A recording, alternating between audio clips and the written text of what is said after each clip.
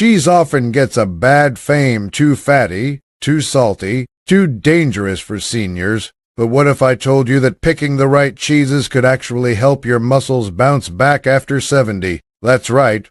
The secret to slowing down age-related muscle loss might be hiding in your fridge, wrapped in wax paper. In this video, I'll show you 3 cheeses packed with the protein, healthy fats, and nutrients your aging muscles need most for overnight recovery.